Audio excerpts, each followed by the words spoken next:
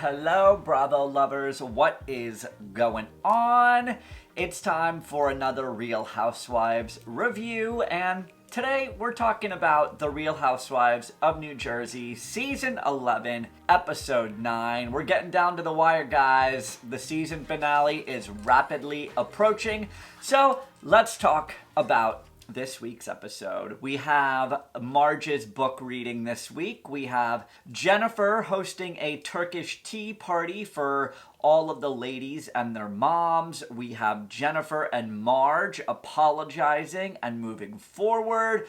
And we have Melissa talking about the birds and the bees with her daughter Antonia. So this week, the episode, it opens up with all of the ladies getting ready for the big yacht party for Marge's book reading. This book right here, Caviar Dreams and a Tuna Fish Budget. Very excited to give this book a read. Joe B., Marge's husband, he's over here eating cannoli from a bowl for breakfast. What? You're eating a bowl of cannoli. Very bizarre. When was the last time you made breakfast for me? Never, so. I'm here for it. I fully support that decision because I would do the same damn thing. Oh.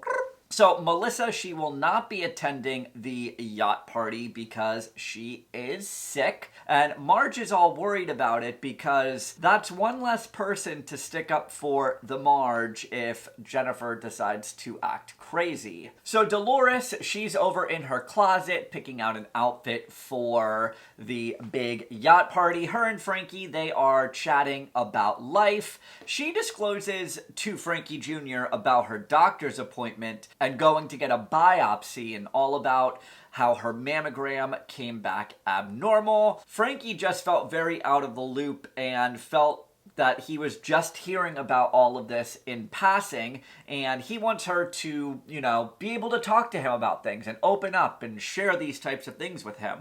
So Dolores just needs to learn how to share things with her family so they can be able to be there and support her. So now moving over to Teresa, her and Gia are talking about Marge's yacht party for the book. They're all talking about Joe's new girlfriend, and then Melania joins in, and she's FaceTiming with Joe.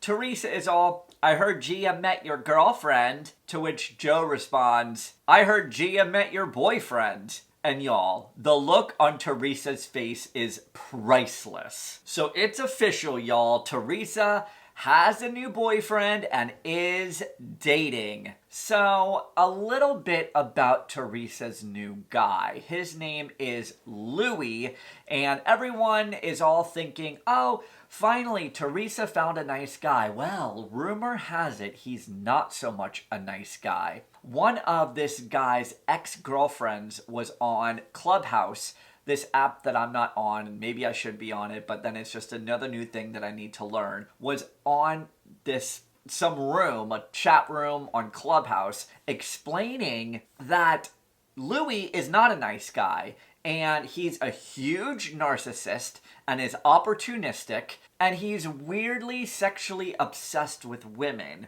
And he makes them submit and do things sexually, and if they don't do what he wants sexually, there's repercussions. It's a whole weird flip of the fuck, weird situation, but he is not a nice guy, and he's a very, egomaniac, and I feel like he's only with Teresa because of the show. I just don't have high hopes for this. And that's all I have to say about that. So now moving back over to Jennifer, she checks in on Olivia, her daughter, with her virtual schooling, and Olivia is the MVP of this episode. Mommy's gonna go to that yacht party today. Sure, don't care.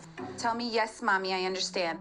Yes, Mommy, I understand. There's my peanut. The sass is real with this girl. It's like Jennifer's mini-me. And then Jennifer and Gabby are catching up about the conversation that happened in front of her the other day. And I just feel like having that conversation in front of Gabby was just not very appropriate. Hearing everything that went on between her grandparents and watching them yell and scream back and forth it rubbed me the wrong way, and I don't think Gabby should have been subjected to any of that.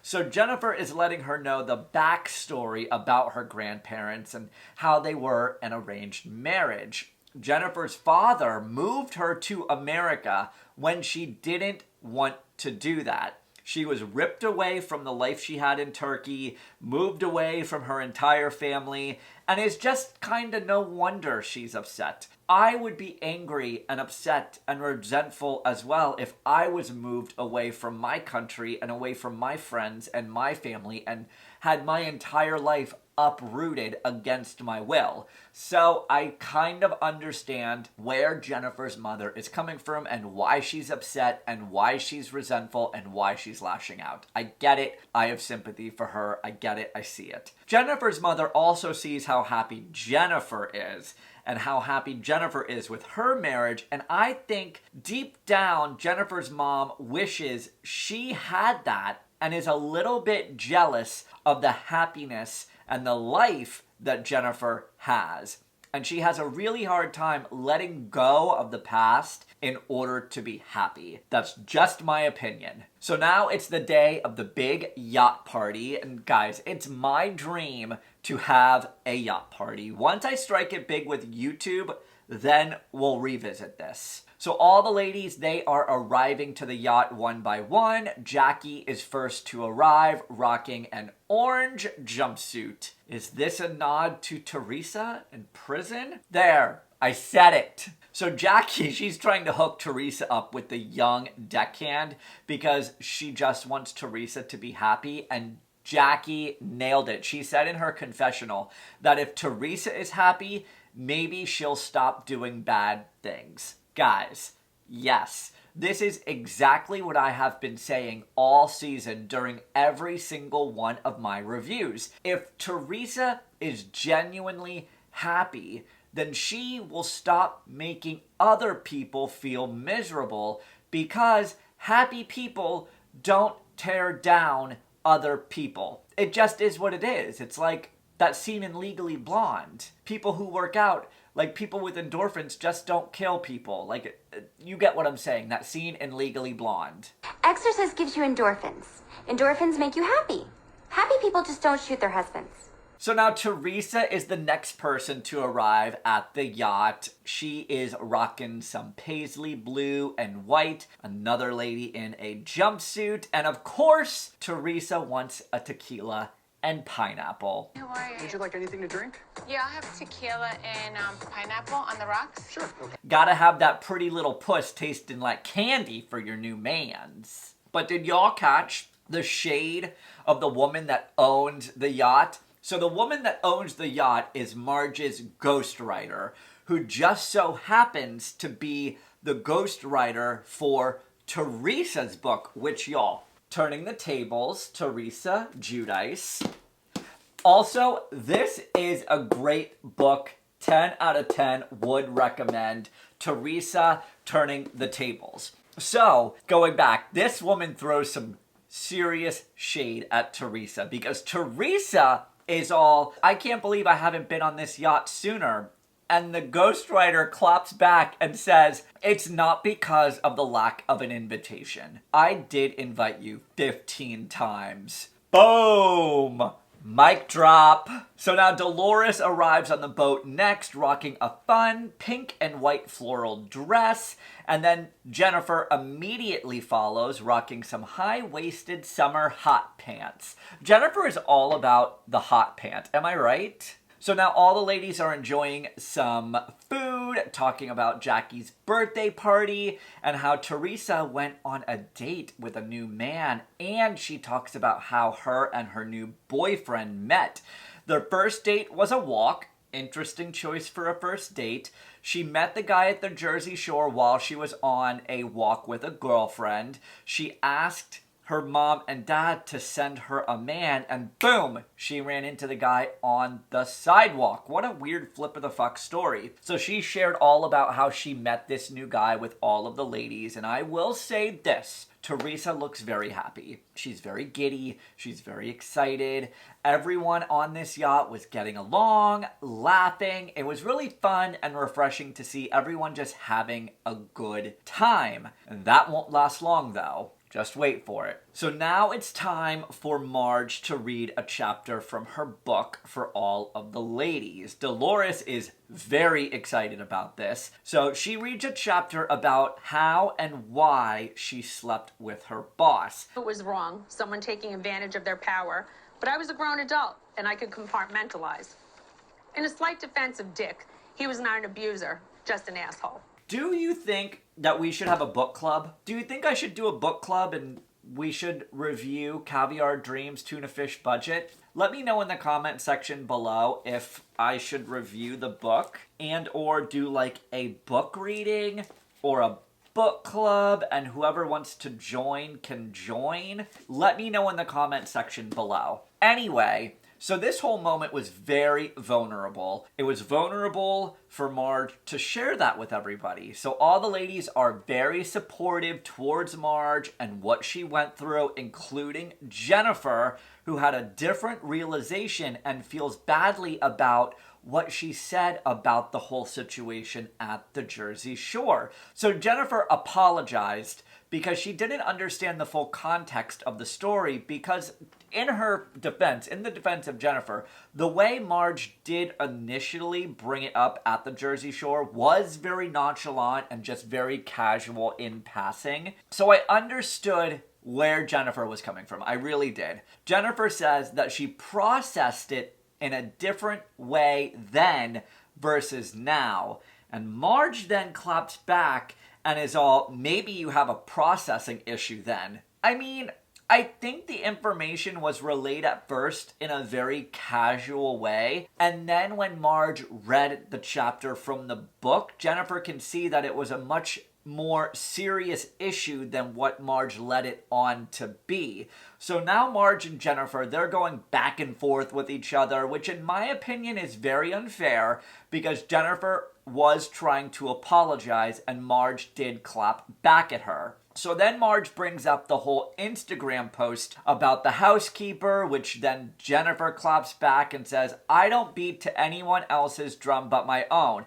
If you don't like the music, change the channel, bitch. And then Lexi, Marge's assistant, for the win. You don't know how to read the yacht. You don't know how to read the yacht. Jennifer doesn't know how to read the room, or in this case, the yacht. Like, do I think Jennifer has some tone-deaf issues? Yes, of course she does. But she apologized for what she said, and she shouldn't be beaten up this hard for apologizing. After hearing your story and it being extremely moving to me and changes the whole perception that I had at Lake George, I want to say I'm sorry. Jennifer said that all of this anger stems from the comment that Marge made about her being a sloppy drunk. So Jennifer does have a lot going on. All 5 of her kids are now being schooled virtually. She's being pinned in the middle between her mom and her dad. And she's on pins and needles because one wrong thing said could tear the entire family apart. So all of that is on her shoulders. So she has a lot going on, and all she wanted to do was let her hair down and have a good time. And I admitted when I was wrong. When I watched that episode earlier in the season, I gave Jennifer a lot of shit for how she acted and how she behaved with her drinking, but I see it in a new way. I processed it differently, so I guess I have a processing issue as well. There, I said it. But I get where Jennifer is coming from. I get that she just wanted to have a good time, let her hair down, and just drink to forget all of the shit going on in her life. Oh, but I do think it's great that Jennifer realized that what she said about Marge was wrong. She was the bigger person, and she apologized, and we're moving on. We're moving on from that feud. So Jennifer fills in all of the ladies about what's going on with her and her mom and her father. And Jennifer wants to do something really nice for her mom. So she's going to host a Turkish tea party. She invites all of the ladies and all of their moms over to her house in a way to try to cheer her mom up. So now let's go over and check in on Melissa. Jackie is going over to Melissa's house for a little hangout session. Jackie is filling in Melissa about everything that happened at the book reading on the yacht. Melissa is explaining the issues with Joe to Jackie. They're having a real heart-to-heart about where Melissa is in her life and the issues that she's having with Joe. I'm gonna spare y'all. We all know what's going on. Oh, so Jackie brings up Teresa, and Teresa telling everybody about her new boyfriend. And Melissa is still playing dumb, y'all. She is still playing dumb, acting as if she has no idea about Teresa's new boyfriend. She does not want to feel the wrath of Teresa by going and telling everybody about Teresa's new man, which, I mean, let that be a lesson from the past. Don't cross Teresa. So now we move over to Marge. Marge and Marge Sr. are sitting down talking about the new book. This new book.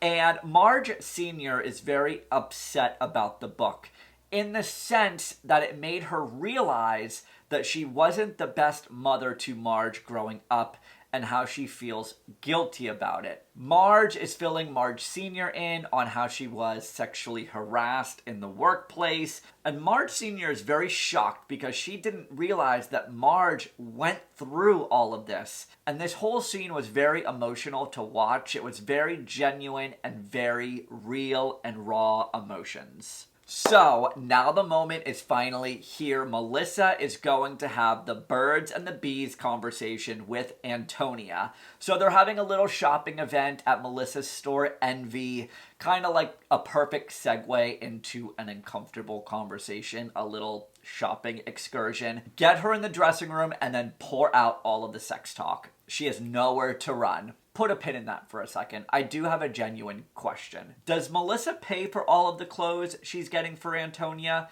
that she's pulling from the rack from her store? Like, how does this work? Are they comped? Is it considered stealing if you're taking them from your own store? I have questions. Who's paying for all of those clothes?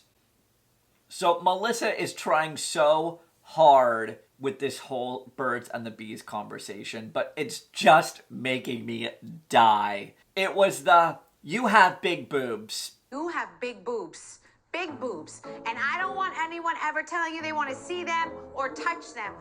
That did me. Y'all, I screamed. This whole conversation reminded me of that scene in Mean Girls.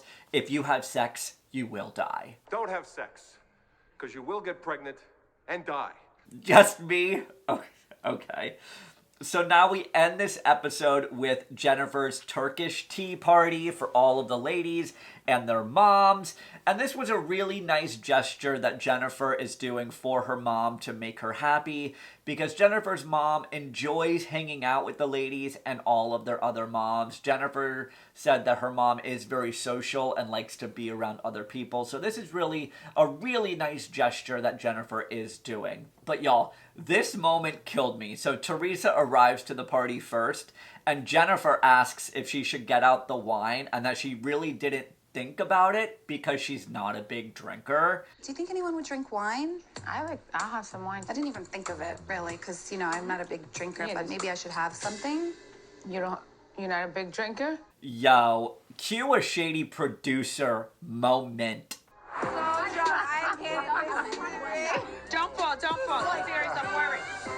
Haven't done one of those in a while. So now all of the ladies are arriving one by one. Everyone is dressed so pretty.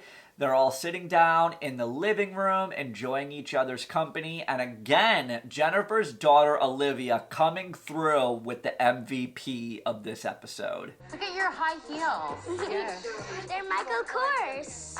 So Melissa is opening up and asking for opinions about the birds and the bees conversation that she had with Antonia. So they're all discussing why it's important and how everyone's cultures deal with talking about sex. They're all laughing, sharing stories. It was really nice to see. And during this whole scene of everyone laughing and sharing stories about growing up with the ladies, there were flashbacks of Teresa and moments with her own mother, who isn't with us anymore because she did pass, and seeing all the ladies laugh and share stories and spend time with their own mothers, it made Teresa very, very upset and emotional. She got so worked up that she had to get up and leave the party. I just miss my mom. Right? Sorry. Okay, so clear. Are you sure? Yeah, sure. Yeah, I'm sorry. The whole party really made her miss her own mom. And I will say this whole scene was really, really emotional and made my heart hurt for Teresa. And at the end of the day, Teresa isn't a bad person. She's broken and she lost her happiness, and I want her to be able to find it so she can be happy with her life. And she just has a lot going on, and it just really made my heart hurt for Teresa. So this is a to be continued episode. We're gonna pick back up next week at the Turkish Tea Party. We're getting down to the wire, guys. We only have like 2 or 3 more episodes until the finale. And then we have the Real Housewives of New Jersey reunion. Bravo just released the reunion looks, and there are some clear winners. I'll insert a card right here. Go and check out that video, and you can see my thoughts about what I thought about the reunion looks, because of course I have thoughts. That's all I've got for you guys this week. Get subscribed to my channel so you don't miss out on anything. And subscribing to my channel really helps me grow, and it's a free way to support everything I'm doing over here. I'll catch you guys in the next one. I'm out. Bye! Keep dancing with the devil, but it is a lullaby.